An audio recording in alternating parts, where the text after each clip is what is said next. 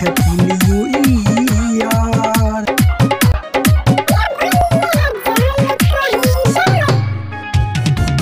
भैया जान कही देलक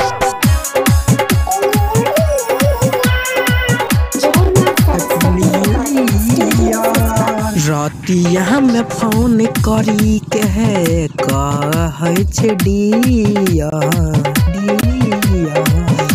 रतिया में फोन करी के है कहै छलै डिया रे भैया जान कही देलक happy new year.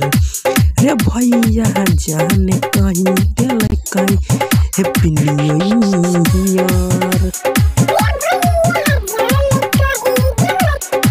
Happy new year.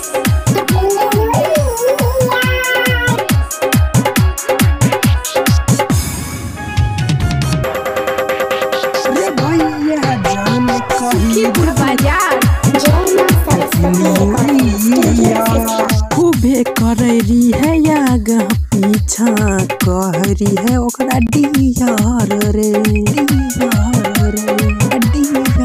खूबे करैरी है आगा पीछा कहरी है डियर रे अइले नया साल हमारा प्यार भेल फेयर अइले नया साल हमारा प्यार भेल फेयर।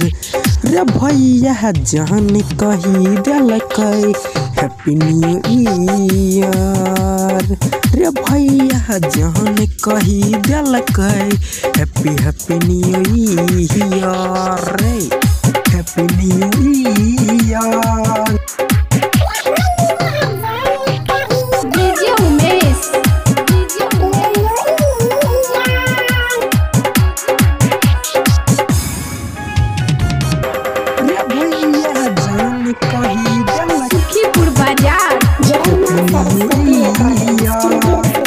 जानो से ज्यादा चाहली है ओकरा प्यार करैली है तगरा रे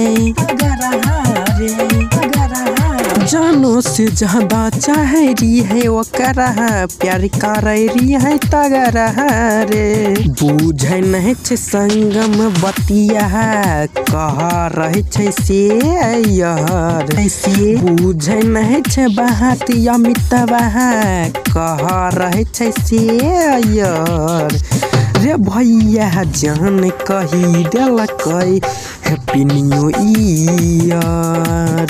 रे भैया जान कही देलक हैप्पी न्यू ईयर। रतिया में फोन करी के कहै छै डियर।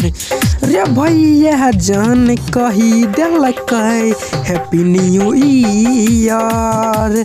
रे भैया जान कही देलक happy new year happy new year. जय मां सरस्वती रिकॉर्डिंग स्टूडियो सिस्वा।